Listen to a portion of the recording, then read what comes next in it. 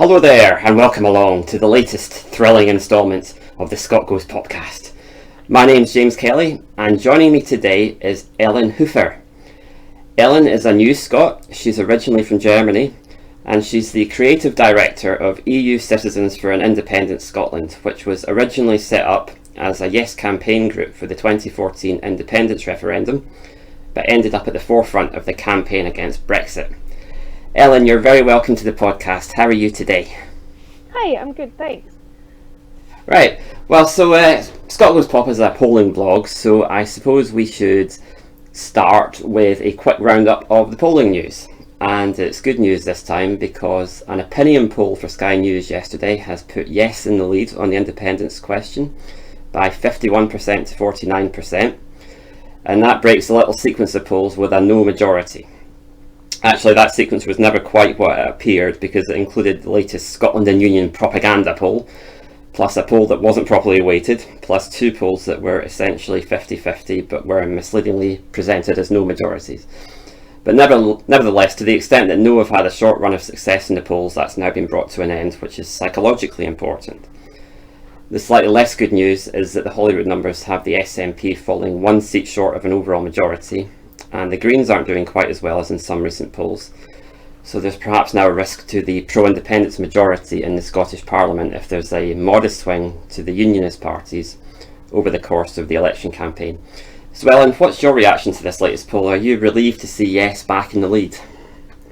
Yes, though it's a very, very narrow lead, right? Yeah. I think we could be somewhere quite different in terms of polling if it wasn't for some of the ongoing issues. And I can't say that I'm particularly relieved. I think as long as we use the narrows of majorities to justify ourselves in the course that we're already pursuing, we're missing the bigger picture, which is that a narrow majority doesn't win any prizes. I mean, it might in a poll, but polls are not necessarily reflections of the real life and the real voting intentions. Alright, that's interesting. Do you think that's the Yes lead is an illusion, that actually no are still ahead in the real world? I don't think so, no, but I think that we can be doing a lot better. The UK is such a horror show with Brexit, with COVID, with years and years of Tory rule. It's I think it's hard to be very enthusiastic about a 1% point lead when we could be doing better. Okay, I mean, I suppose it's like the glass half full, glass half empty question, because a lot of people say, well, come on, you've got to give Nicola Sturgeon a lot of credit because she's the first leader in our history that has taken us into a sustained lead. It's not there anymore, of course, because the sequence was broken, but for probably about, 9 months, we had poll after poll after poll after poll that put Yes ahead, which had never happened before. So do you not have to sort of look at that in a positive way and say, at least we've made this breakthrough now, or at least we had until things started to go wrong because of the Alex Salmond inquiry? I guess there's a part of that, but there's also a part that in me that says, look, if it was another First Minister in the same set of circumstances from COVID to Brexit, would they not have also improved the polling? We will never know, but we can give credit where it's due and say that the public perception of Nicola Sturgeon up until the Salmond scandal was a positive for the independence campaign. Unfortunately, tying her name to independence has had some really serious pitfalls too. Yeah, I mean, even in this latest poll, I mean, Nicola Sturgeon, her ratings have probably come down a bit, but they are still fantastic compared to most leaders probably anywhere in the Western world. They are stratospherically good figures, and whatever my own misgivings about her strategy and about her handling of the Alex Salmond affair, I do find it hard to imagine that any other leader could have done as well in terms of the independence voting intention. Do you have any sense of, well, who the other leader could have been and what they could have been doing differently? Not really. I mean, this is all hypothetical. The reality is that one person got trained up to do the job and they got the job. So it's an unreasonable consideration, I think. But we still need to be sure that we understand that if there's only one choice, we can't automatically deduce that she or they are the best choice for the job. They were the only choice for the job. And, I used to be a great fan of Nicola Sturgeon and had a lot of faith and trust in her, and that has gone downhill somewhat, not since the Salmond affair, but since a few years before that. It's true. There's a lot of people who put a lot of trust and faith in her, and I can understand the cognitive dissonance that comes with having that confronted with, court decisions and other realities. Yeah. It's nice to have somebody to look up to and somebody that you think that has the integrity, and that's the appeal of cult of personalities. Doesn't mean it's a particularly healthy thing to happen. Okay, so you said that your own misgivings about Nicola Sturgeon long predate the Alex Salmond affair. So what was it in particular that led you to sort of lose faith a little bit? There was a couple of points where I started really questioning. First of all, the decision to fight Brexit. Rather than to focus on independence. I myself got involved in the independence campaign shortly after the 2016 Brexit referendum, and I have no intention of fighting Brexit. I don't think either does USIS, my organisation. We basically decided that it was a choice between fighting Brexit and fighting for independence, and a negative campaign against Brexit was not what we wanted to be part of. We wanted to be part of something more positive. All right, that's interesting, because I may have misleadingly described your group as being at the forefront of the fight against Brexit, but it sounds like that actually wasn't the case, and you didn't want to fight against Brexit, but you wanted to, bring about independence, which, would have kept Scotland in the European Union, or would have allowed us to rejoin. Well, this brings me on to a question I was going to ask you later on. It was, do you think that EU citizens feel like they were misled by the SNP and by Nicola Sturgeon? Because on the day after the EU referendum in 2016, it was like all guns blazing for an independence referendum. I think a lot of people must have felt like really serious action was going to be taken to keep Scotland in the EU, and therefore they didn't have to think about leaving, and their status was going to be more secure than if they had been in the rest of the UK. Do you think some people, obviously a year later then the SNP went totally cold on it after their setback in the 2017 general election. Do you think some EU citizens feel like they were led up the garden path a little bit?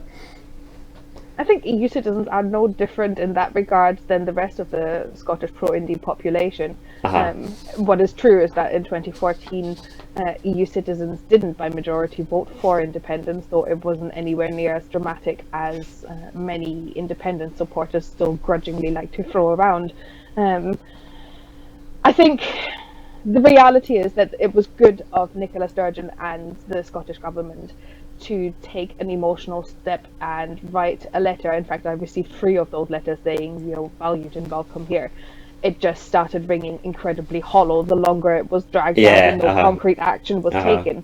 I think in a way EU citizens are just as, I don't want to use the word gullible, but they're just as engulfed by the personality cult and the appeal of Nicola Sturgeon, sort of the friendly face of independence compared and contrasted to the UK government. That's not a great achievement, but it has a, trying to compare and contrast a government that brings about the hostile environment versus one that says, well, if you're welcome and valued here, it's not a difficult fight to win.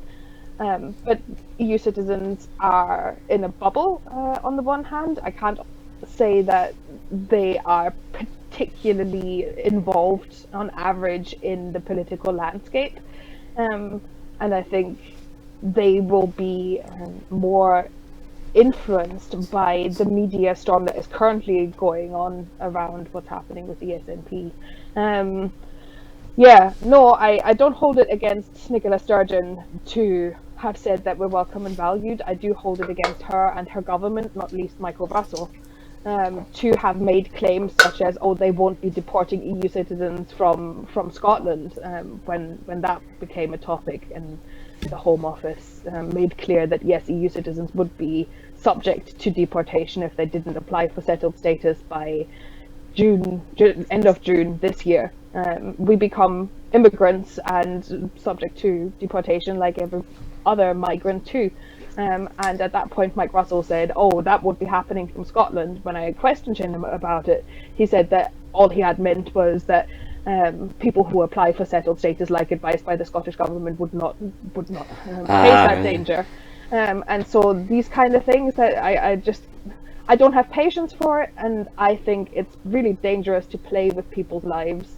A similar thing happened with the electoral franchise bill, which just took incredibly long, and to give yourself backpats for having an electoral franchise bill that does what is required in order not to violate human rights, which is, if you can't withdraw democratic rights previously held from a group of people, and that may have happened through the UK, but ultimately it was the Scottish government responsible for reinstating those rights, and then saying, "Oh, we've reinstated those rights, look at how great we are." No, you just narrowly avoided violating human rights. So that's good, but that we can do an awful lot more. I suppose, well, you're saying it happened too late, but the place we've ended up in is in quite a good place, isn't it? Because the position in Scotland in terms of the breadth of the electoral franchise is now, it now compares pretty well to other countries in the world. It's incredibly broad. It's you don't, there's no longer any test about whether you come from a Commonwealth or an EU country. Everybody who's resident here is eligible to vote, and so that's quite a big step forward, isn't it? Absolutely. In fact, the Scottish government started off with a really comprehensive and impressive bill, and then spent a year and a half. I'm trying to find diplomatic words, faffing around with it. Okay. In the same time, if we are really into comparisons across the UK, Wales took what Scotland proposed and went further with it and passed it within less than a year through their parliament. So I think if we're looking at it from that perspective, it's just not good enough anymore, at least not for me, to do better than. I want us to do good on our own terms, and regardless of what competition is out there. The franchise bill, the most contentious part of it was probably prisoner voting, which is laughable and not a debate that has been had publicly, but again, a clear violation of human rights, and one that the UK and the individual constituent parts of the UK have been pulled up about again and again. So the fact that most people were just informed about that this bill had passed, but knowing that we did the absolute bare minimum, and the result or the decision was made on the same day that the franchise that we've now extended is for prisoners who have term sentences of under 12 months. Yeah. On the same day that was announced, it was also announced that from now on there shouldn't be any sentences given that are less than 12 months, and that those people should be dealt with in different ways. All right. Okay. So, yeah. What constituency have we just spent a year and a half faffing about? It's such a difficult one, though, isn't it? Giving the vote to prisoners. I totally approve of that, and I think we should have universal suffrage in this country, and that includes prisoners, but it's so difficult because you're coming up against public opinion. It's absolutely rock solid against giving prisoners the vote. In every poll I've ever seen, it's overwhelming majority, so it's really hard for any government to do that. Okay, but majority polls are not the be all and end all of what is right and what is morally responsible. Yeah. Like more than half of Americans want the death sentence as well. Do we think that represents the right decision? Then no, it doesn't. Prisoners should have a right to vote, and especially given how that reflects on the human rights record. We did the bare minimum, and that gets us out of that hot water. But yes, I think there is something to be said for political leadership. And leadership sometimes means going against what majority opinion says because it's the right thing to do. Sure, but then you can lose an election because you've done that, and that's happened to leaders in the past. Yeah. Yeah, okay. Sometimes that's the sacrifice that's required. Yeah, okay. All right, so you were mentioning the settled status scheme earlier on. What's the position with that? Do you think most EU citizens will apply for settled status, and if they don't apply, what would be the reasons for not applying? also, generally speaking, it was anticipated, I'm sure many of us have heard of the campaign group, the 3 Million.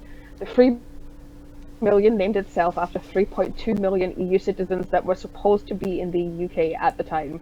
We now have had well over 4 million applications for settled status.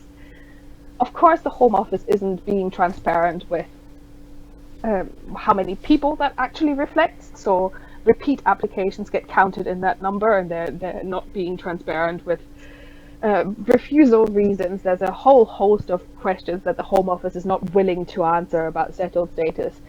On average, about a year and a half ago, it became clear that in Scotland the application rate was the lowest for settled status, so we should have covered most of the population in Scotland at this point. But we don't know because there is no clear figures on how many EU citizens are here and how many have left and so on. When it comes to not applying, basically it's not a it's not an option if people want to stay in the UK after the 1st of July, essentially. You become liable to deportation, and that is the very last step in a series of steps that are deeply unpleasant and disruptive to people's lives. It can include things like your and your partner's shared account being seized and all the funds within it not being available to you. So, and that applies to UK citizens as well. So if my partner and I and our shared account gets seized, that's his money out of his control as well.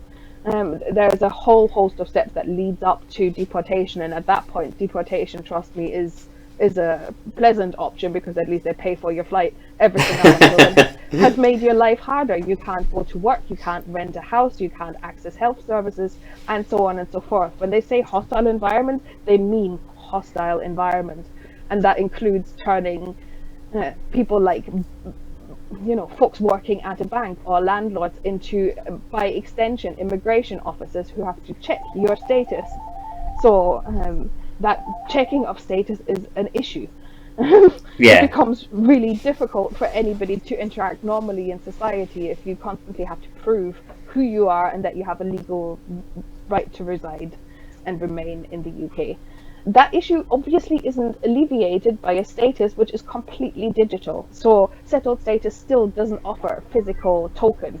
We can't go and show them a document that says, yep, that person has settled status. No, we have to hand them or give them in some way a link that can then be used to online access a page that potentially, but quite often malfunctions, potentially tells them, yep, this person has settled status. And you can imagine the implications of that. I mean, it takes a good while. It's also unloading administrative burden onto people that have nothing to do with immigration in their other capacities. But also going to the airports. We've already had reports of people arriving back from visiting family or going on holiday, coming back to their home in the UK and being stopped at the airport and told, where's your settled status? Even though there isn't yet a need to hold settled status. So reasons to not apply, there's plenty. I've been one of the people that has been holding back as long as possible, but that's partially to do with the role that I've taken within EU Citizens for an Independent Scotland. Because it helps to be in the mindset of people who still haven't applied in order to identify the issues that are going on. The other issue of that is, and this is one of the things that got cast up in the process of that, is that I'm about to get married and my last name is going to change. If my last name changes, changing that on the settled status application is incredibly arduous and can lead to lots of complications with the Home Office. And in order for me to have my normal new marital name on my settled status, I can only apply after I've married, essentially.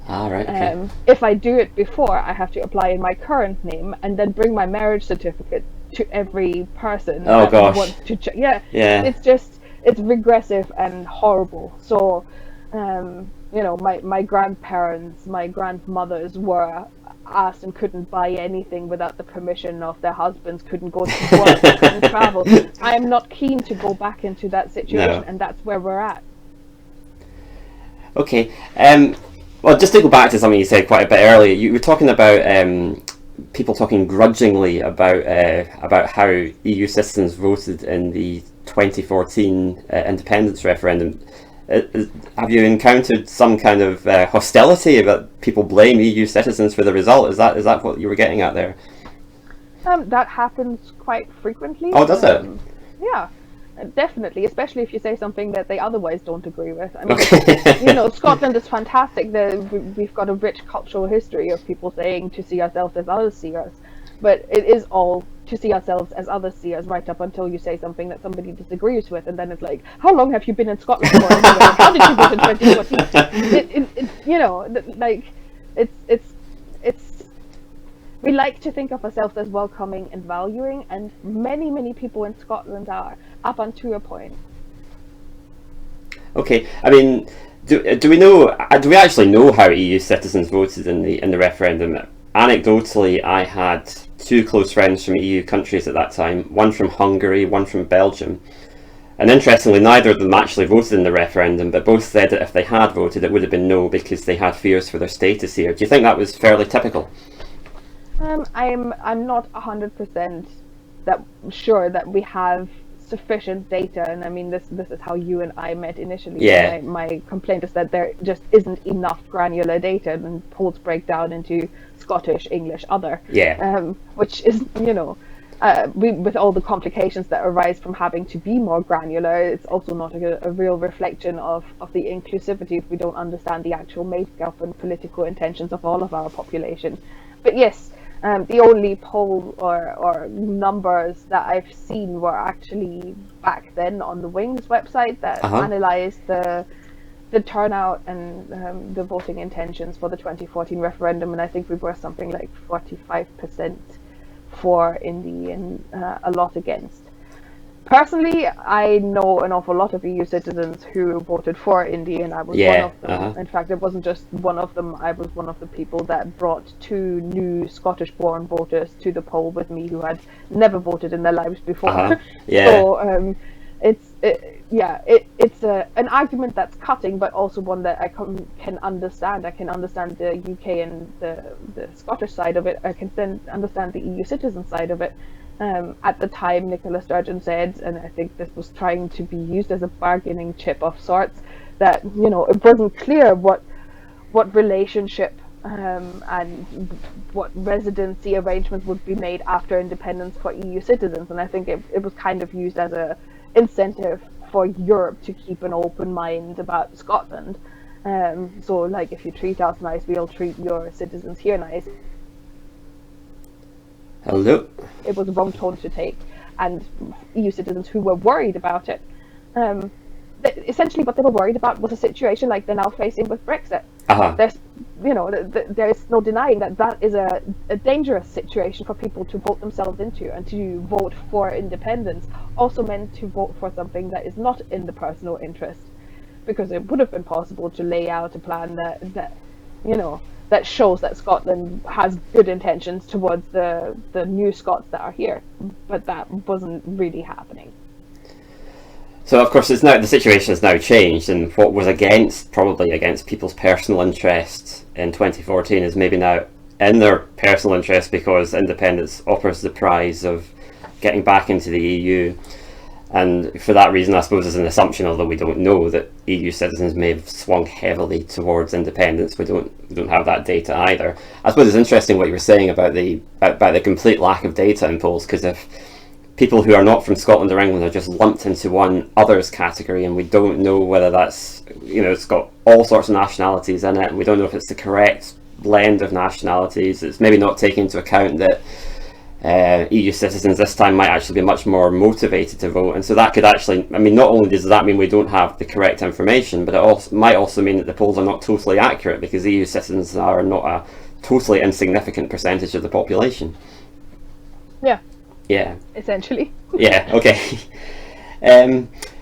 Well, let's talk about the big news. The leak from the Holyrood Committee, suggesting that they found that Nicola Sturgeon did mislead the committee over whether she gave an undertaking to help Alex Salmond. So it looks like on that point at least they believe Mr. Salmond's account rather than hers, which means she may have broken the ministerial code. But the report hasn't been published yet, and there's been speculation that the leak itself could end up affecting the final text, because the crucial swing vote on the committee is Andy Whiteman, and he might get cold feet as a result of the leak. So where do you think this is all heading? I'm not sure where it's all heading.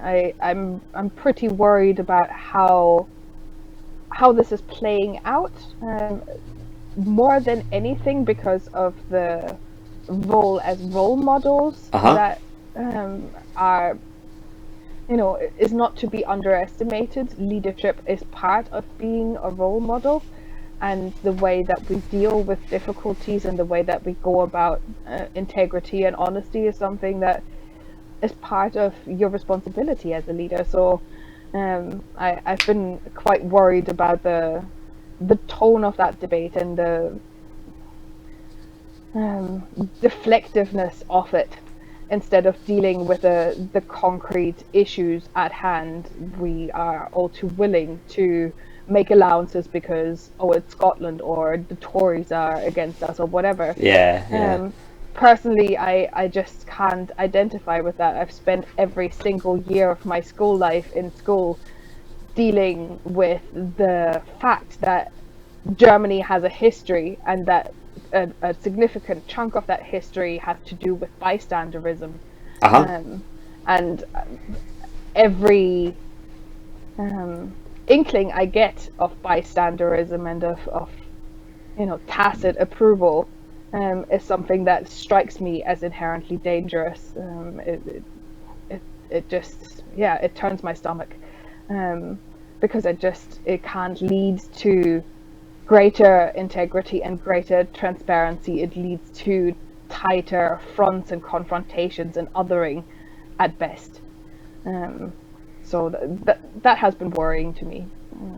And I think EU citizens, I'm still hoping that most of them are just not that clued up, because they might be tempted to go, what's the difference? I'll just not go voting again. And I'm hoping that the positive 10,000 repeats of welcome and valued will have done the trick, so that nobody's actually paying attention. Because if they are, they would notice that there hasn't been all that much concrete action on EU citizens, that there has been much more headline grabbing, positive, feel good news than there has been concrete action. And it's a significant chunk of the electorate. It's just over 200,000 voters that have the right to participate.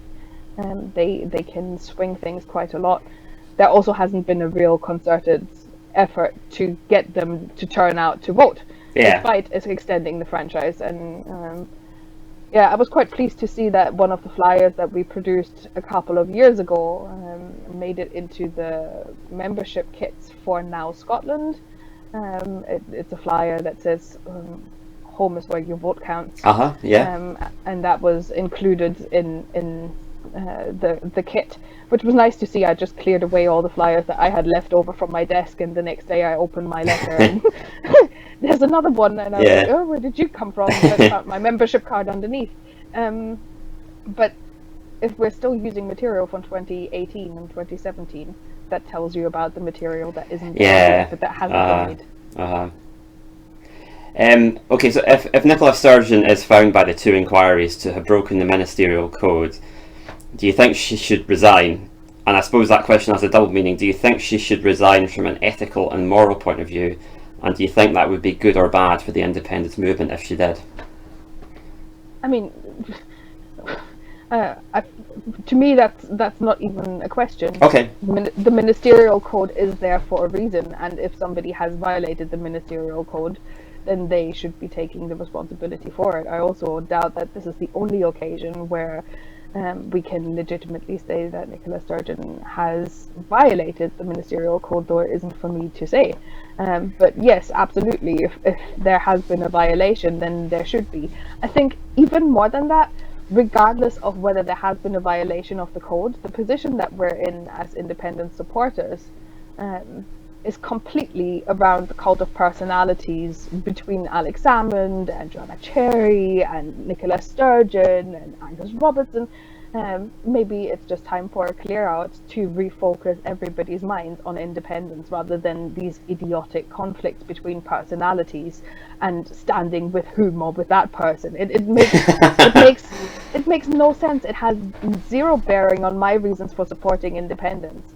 None of these people feature in my reasons on why I support independence. I support it for democracy, for greater transparency, for accountability, for progressive, policy, for a green future for all of us, for a Green New Deal. None of that is being talked about. No, at the minute it's just a camp of these people and those people, and whomever you stand with is who you're aligned with forever. It just doesn't make sense. It does not. It has taken away the focus.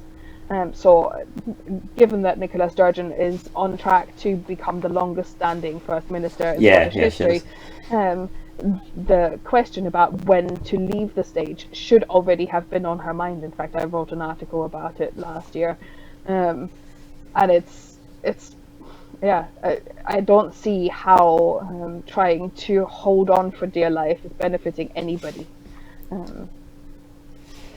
So you won't be using the I stand with Nicola hashtag, I take it, at any time? I think it's completely inappropriate. Okay. Especially, really, I genuinely do. I understand the emotional outpouring. Yeah. I think it's completely inappropriate to use a hashtag like that, especially after her government has been found in court to have messed up in the judicial review and has apparently the inquiry has come to the conclusion that at least on one point she has misled Parliament, whether knowingly or unknowingly. If it was a Tory, would we react the same way? No, we wouldn't. Of course we wouldn't. It could be the exact same situation and nobody would have any empathy or sympathy with a Tory in the same position. So I don't... party loyalty for me only goes that far. And is kind of independent of the matter of for the SNP because Nicola Sturgeon has behaved one way or the other in this Amond inquiry. I will be voting for independence and for the SNP because they either deliver a plan to get there or they don't. Yeah. I mean, I've heard it said that she probably won't resign because there's an election around the corner and she can simply say, let the people be my judge. And although I don't really want her to resign, I do see the problem with that, which is that the opposition parties will take her at her word and the entire election campaign will become dominated by the question of her integrity and, putting to the voters, make a choice on whether you believe her, whether you think she's a fit person to hold office. So I think there's a danger that the SNP campaign could be completely derailed by that.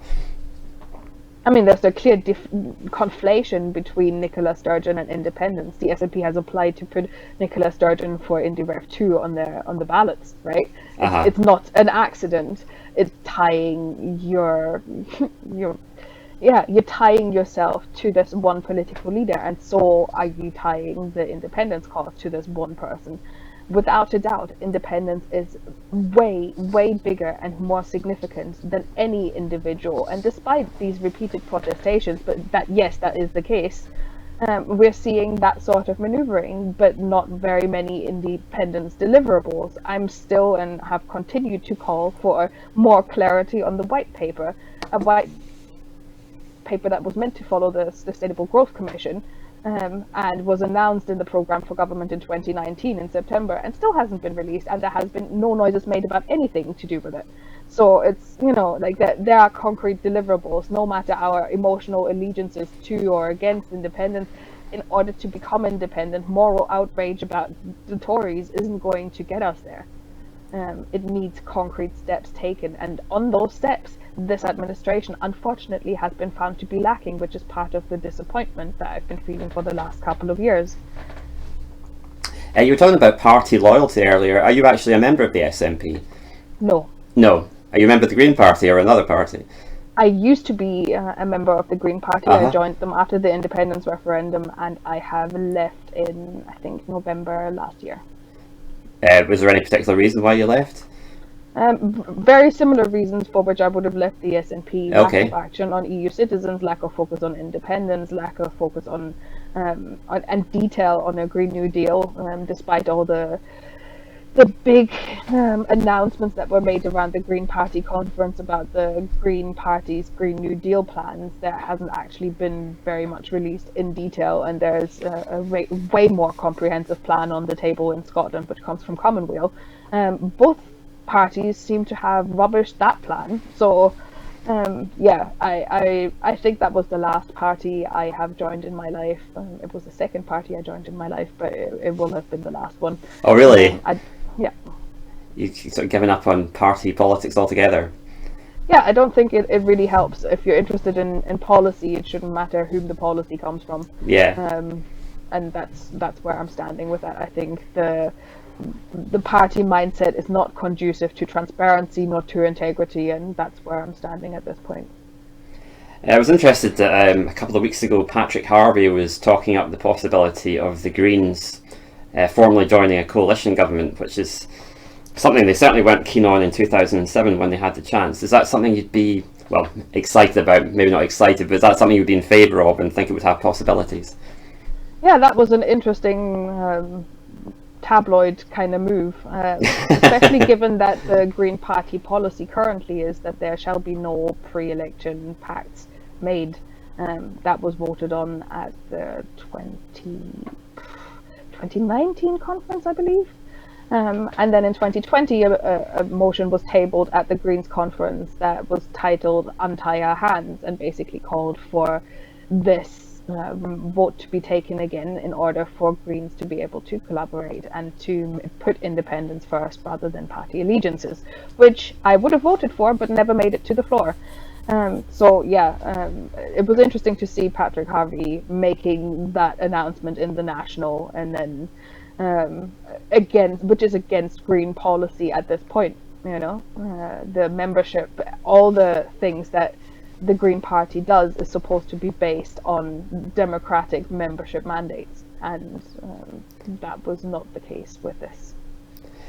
So, final question, turning to the similar question about the SNP, state of internal democracy within the SNP. Obviously, last November, there was a slate of candidates associated with the Commonweal group, and they were very successful in the internal elections, as were candidates associated with the Women's Pledge.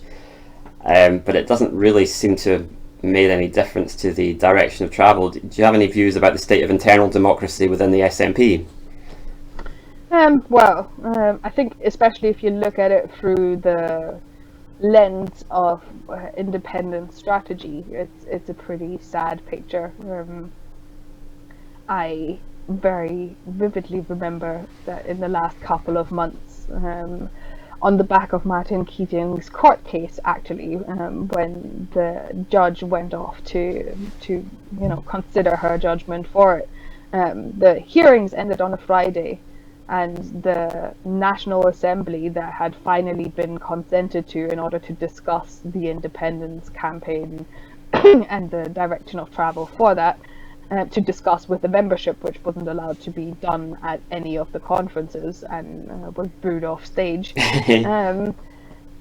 So that took place within Friday, and then the National Assembly was supposed to be on Sunday. On that Saturday, the announcement was made about this 11-point plan, which turned out to not really be an 11-point plan because we were like 6 points into the plan, and none of those had timelines attached.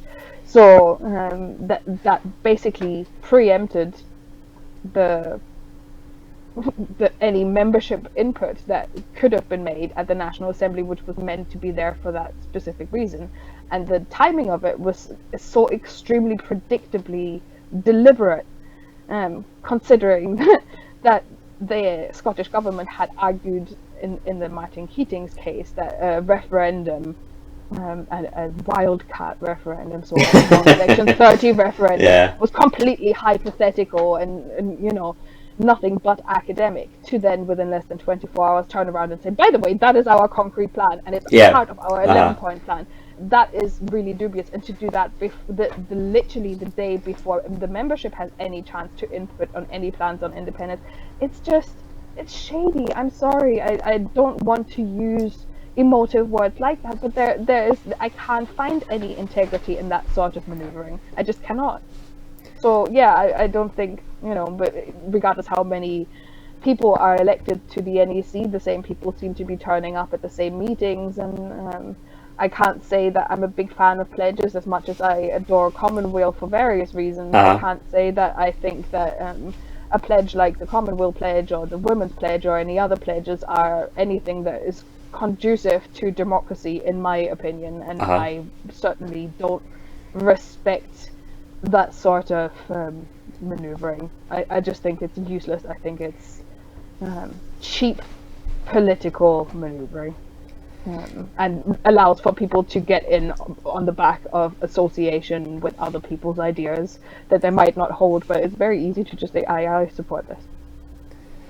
Okay, well, on that bracing note, thanks, Ellen, for coming on the podcast and giving us your views. It's been really interesting. Thank you very much. Thank you. Bye. So that was episode 4 of the podcast. With a bit of luck, there'll be an episode 5. But in the meantime, don't forget to keep checking the Scot Goes Pop blog for all the latest Scottish polling news. Until next time, bye for now.